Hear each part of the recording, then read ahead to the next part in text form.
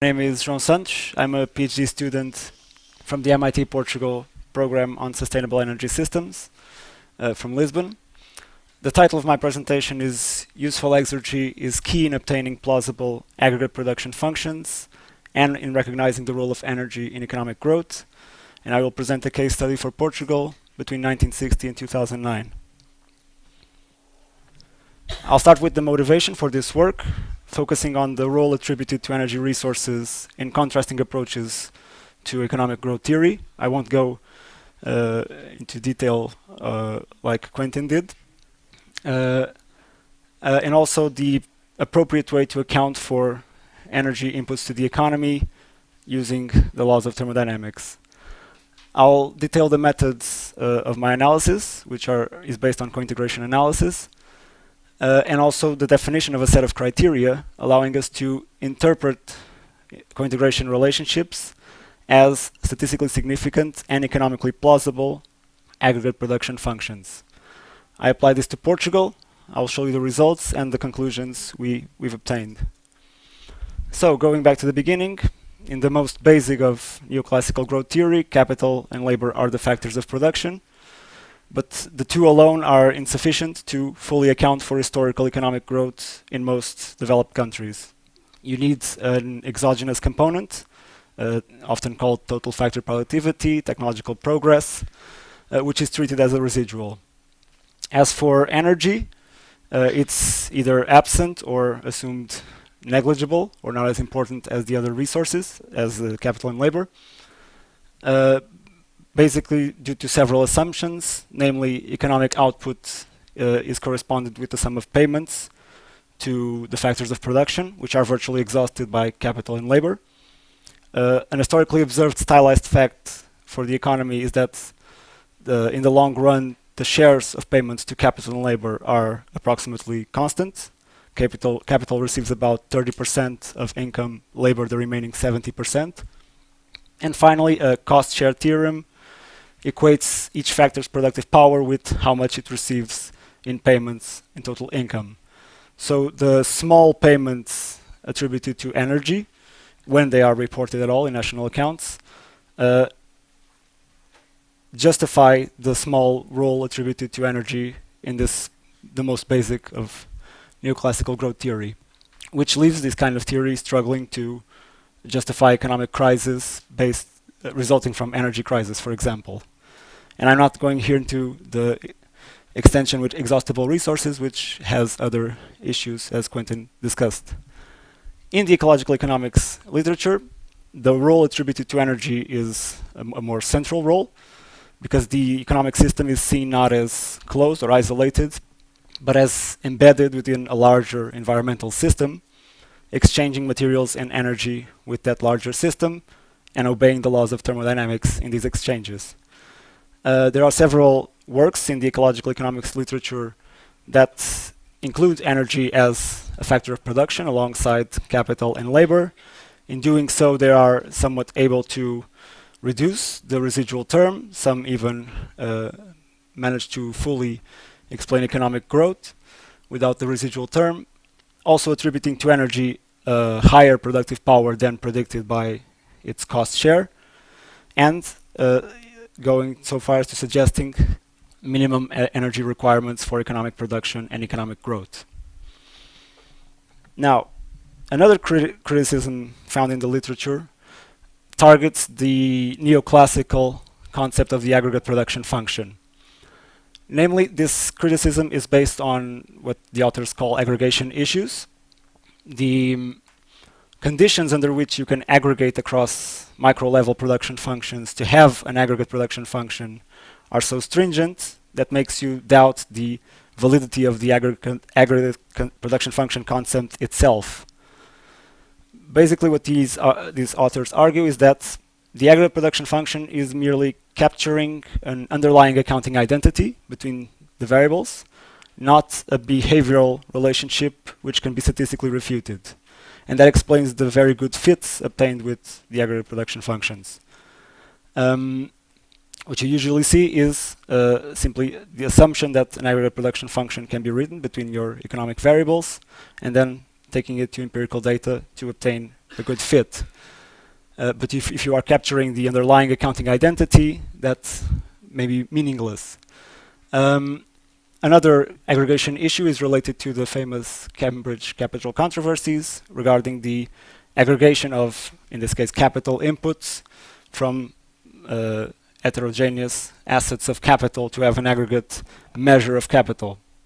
So in our methodology, we try to address this criticism somewhat, and you will see that in a moment. But now, discussing the role of energy inputs to the economy, it's important to have the appropriate metric to account for those energy inputs. And the metric we adopt is that pioneered by, among other authors, Robert Ayres, which is a useful work or useful exergy metric of energy flows. So we measure energy at the useful stage of energy flows in the economy, not the primary energy contained in natural resources, for example, coal, not the final energy after the transformation in the energy sector, and sold to final consumers, the electricity generated from coal, for example. But we are interested in the fraction of that final energy, which delivered to an end-use device is actually used to perform the final function of that device, which has economic value, the actually productive function of the energy. So in terms of electricity, the electricity you supply to a light bulb, useful would be the light emitted by the light bulb, which has economic value, unlike the heat dissipated by that light bulb. Now, in thermodynamics, energy is a conserved quantity, neither created nor destroyed, only transformed. Different forms of energy have different quality, and summing up across different types of energy must be done in the way that they are comparable. So there are different ways you can try to define energy quality. I'm talking here about a fundamental way to define it, which is basically the amount of work that energy can generate. So in thermodynamics, exergy is a concept defining the amount of physical work that a system generates as it reaches thermodynamic equilibrium with its surroundings reversibly. So the exergy content of energy is a measure of its quality. The same quantity of electricity, let's say 100 joule, and the same quantity of heat do not have the same quality because you can convert electricity completely into work, physical work. You cannot do the same with heat because of the second law of thermodynamics, the entropy law. So the useful exergy metric allows us to measure energy at the stage where it becomes productive to the economy, while still being measured in physical units, joule, and allows us to account not just for its quantity, but also its quality. There have been several studies on individual countries and groups of countries regarding useful exergy accounting in the long run. For Portugal, this has been done in the past 150 years by a former colleague of mine, André Serranho. One of the more interesting results he found was that throughout these 150 years in Portuguese history, there have been dramatic shifts in the Portuguese economy, as well as shifts in the way in the consumption of energy in the Portuguese economy. Despite that, he found that the useful exergy intensity over this time period is surprisingly stable. It's almost always approximately 1 unit of output, economic output, corresponds to 1 unit of useful exergy consumed.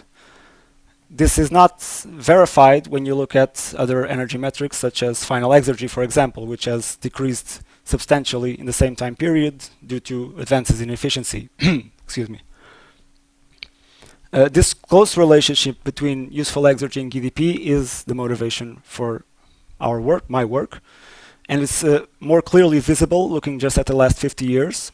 The difference here from the last graph, I know what you're thinking, is in those last 50-year period, we have, since André's work, we have adopted a more appropriate price deflator for GDP instead of what he used.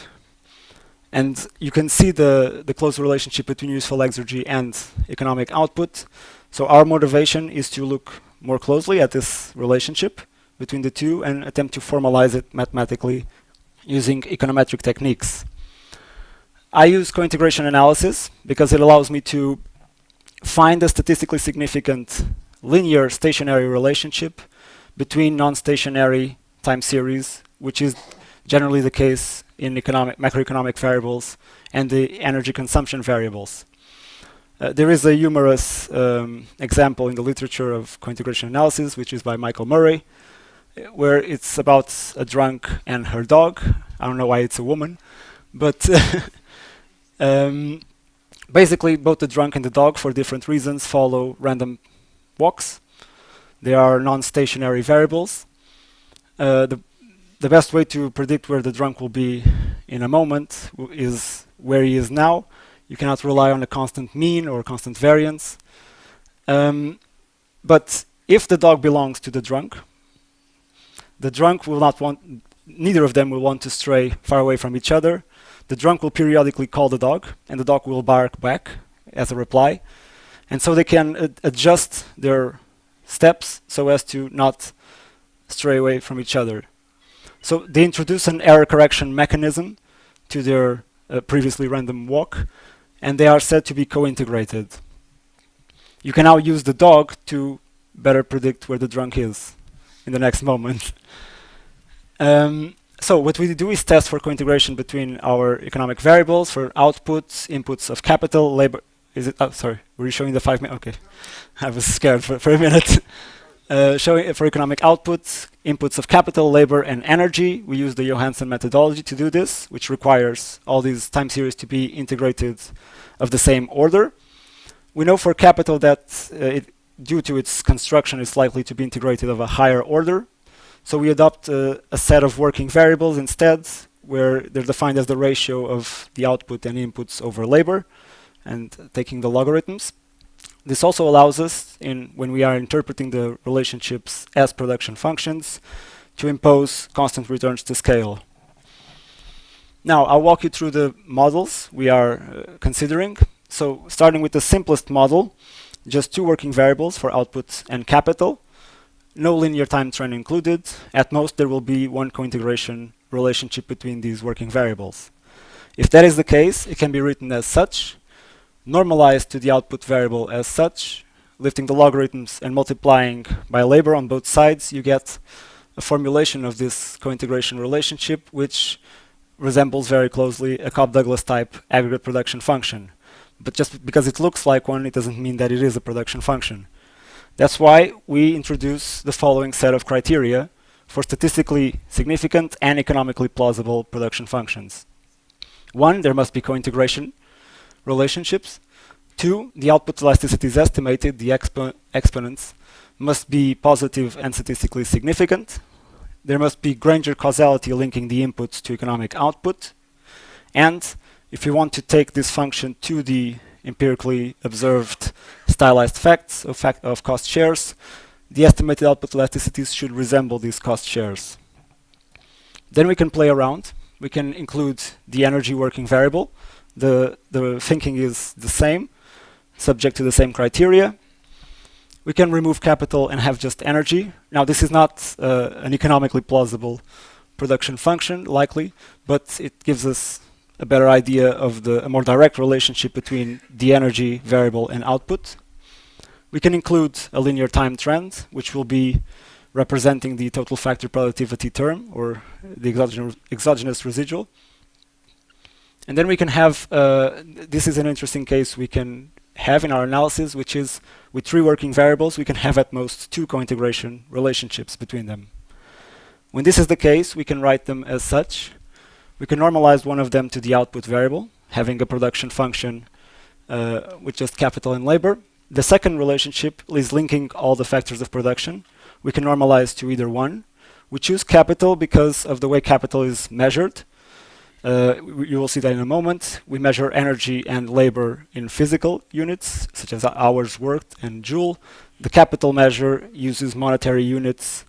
And so this can give us a better approach to the real utilization of capital in the economy, probably as a function of energy and labor. So the application to Portugal, this is the data we've used. Output is measured as gross value added. For each factor of production, we have two alternatives: a quantitative only measure and a quality adjusted measure. For capital, this means the monetary value of the stock of assets versus the services provided by these assets. For labor, it means total hours worked by engaged individuals versus taking into account a human capital index. And for energy, it means the primary energy supply versus our useful exergy metric. And now for the results. The first two slides I'm going to show, all the models include a linear time trend in their specification. These are the simplest models with just two working variables. Here they are not written as such. They are already showing all the variables that go into the production function formulation. In most of these cases, we find no cointegration. So this is giving us a tool to statistically refute the existence of the production function as such in these cases for the Portuguese economy. In those cases where we do find cointegration, they reject other of our criteria, such as those related to the output elasticities. With more variables, we see a similar picture. None of these possible production functions accepts all of our criteria or satisfies all of our criteria. So for the Portuguese economy, it doesn't seem that there is a production function Cobb-Douglas in type with a linear time trend. The next two slides, the time trend is dropped. Here we find much more cases, that's incorrect, but okay, of cointegration between the variables. We still get a lot of rejection on the other criteria related to the output elasticities. With models with more variables, we never find a plausible model where energy is an independent factor of production alongside capital and labor. But in the models where we have at most two cointegration relationships, we find this which we deem our winner. This is a model which satisfies all of our four criteria. It's a model where you have a very neoclassical-like production function, a Cobb-Douglas with output elasticities resembling the cost shares, the average historical cost shares for capital and labor, but energy is present in the second simultaneously valid cointegration relationship, and capital utilization is better proxied by as a function of the labor required to manipulate the capital, but more importantly, the useful exergy required to activate it. So this is just an expansion of what I just said. It's the output elasticities are similar to the average cost shares. So in this, our winning model, we have no linear time trend, no residual. We include capital, labor, and energy inputs, all of them quality adjusted measures for these factors of production. And we have the two cointegration relationships which are simultaneously valid and gives us more than just the neoclassical Cobb-Douglas capital labor production function. So just to finish with the broader possible conclusions, the adoption of the useful exergy metric allowed us to achieve these insights to the relationship between energy use and economic output. We end up with a model where there is an important role for energy as a factor in capital utilization, but that doesn't necessarily ruin the cost share theorem of neoclassical growth theory. The work I've just presented has recently been accepted to ecological economics. It should soon be published, and we are thinking of course, expanding this to outside Portugal, very important. Open up to more complex formulations of the production function, other than the Cobb-Douglas, which is simplistic in nature, but it's the easiest one to use, especially with our cointegration analysis. Additional variables to include in the cointegration space, and also more robust statistical testing of the restrictions to this cointegration space.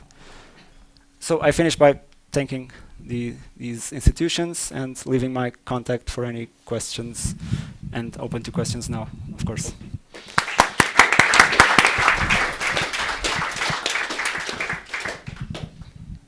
there are some questions. So, Robert Iris, since you were challenged. Yeah, a quick question. It's very plausible that capital should be a function of energy input, but why not labor? Labor, that's the yeah. We could have just as easily normalized that second relationship to labor, and had labor as a function of energy. That is true, and that was one of the issues of the reviewers of the paper. We didn't. We we weren't able to give them a straightforward answer because, frankly, we normalize it to capital as an intuition. It is a relationship between the three inputs, so it's a constraint relationship at most between the three inputs, but the normalization is open to discussion, of course. Capital seemed to us the worst measure, so to speak, of the three factors of production, because it's not based on purely physical units, so we went with that. But obviously it's an hypothesis. Yeah, Zainab Karaman from the Shift Project. It's just a curiosity, but is there any explanation, like economical interpretation, when you drop the time trend, that you find the cointegration, like there's more cointegration than when you do not include? Sorry, when you do that include it. Yeah, sorry. Well, we think that it's telling us that it's not required to have the error correction model. So it's not there. It's our model ends up not needing it. Okay. With just the I know I'm not making the right. I'm not because it's curious expressing to myself find well. it, like when you include that there's no cointegration, but you don't. When you drop it, that suddenly you can find the cointegration. And why don't you use the model then without the time trend? If you found the I do. Okay. Meaning, but finally, what you interpret, it's like two models. Yes. While you don't put the energy in the first output model, and you put it in the capital model. Okay. So the two relationships we get. Yeah. The first one links output with two of the other factors of production. Yeah. The second relationship links the three factors of production without output, just the three variables together. They're two separate relationships. Yeah. Okay. Again, that's why we need to test further for restrictions to the cointegration space, because we may be. It's again the question of normalization. We may be able to write the production function not with capital and labor, but with energy and labor and so on. So that's why we need the further work on that to test that. Yes, Roland Sabot from CA Cadrach. Your model is more or less up to the world crisis in 2008, in which or at the time where Portugal in the recession, and with a drop of GDP and a drop of energy consumption. Have you tested your model in this down part of the curve? Between after 2008 up to, I don't know, in the decreasing part? No, because if you have something which is robust, it should also be applied to reproduce the down part of the GDP production and the GDP consumption. Exactly. Sorry. Portugal experience in this that analysis time. goes up to 2009 because that was the length of useful exergy data we had. We now have more data on useful exergy accounting, which is not easy to do, but we have extended that to 2014, if I'm not mistaken, and we are going to use that extended time series to run this again, but we haven't done it yet. We are still finishing that extension of the useful exergy time series, which is what's constraining this limited time period. Okay, thanks, Oliver Richters again. Thanks for your excellent talk. I have two questions. First, given that you understood that the cost share theorem is problematic for various reasons, why do you take it as a criteria for a good model? And can you explain the like 5% or 10% cost share of energy from your model? And the second question is, so you have this formula for K, which includes L to the -2. Why do you think that's plausible? Because given that if you take this formula for K and put it into the production function, you will get what you call implausible exponents. So I'm not quite convinced that this is really a good model, but I'm looking forward to your your answer to that. Thanks. Okay, so the first question was related to the. Remind me. Sorry, I have the worst memory. Cost share. Okay. Well, it's a good question. We weren't going to do that at first, but we did it sort of like we might as well have the Cobb-Douglas that gives us the neoclassical Cobb-Douglas, so to speak, but with the extra relationship. And when we did that, we find that it worked. So it's not that the other models are incorrect just because of that, but with this model we obtain very good fits to historical data while still satisfying the cost share theorem and having energy with an important role. And we found that very interesting because the two were not a priori inconsistent with each other. And this, I'm not sure that answers the question. The -2 exponent. The -2 exponent. Well, I don't have a good answer for that. It's again, the second relationship is a constraint on the factors of production. Not necessarily capital utilization, like I said, but if you normalize it to capital, the more labor, if capital and labor are substitutes, the more labor you have, the less capital you need. Not the case in the useful exergy in the same relationship. The more useful exergy the two work as complements in that case, capital and useful exergy. That can be a possible interpretation. I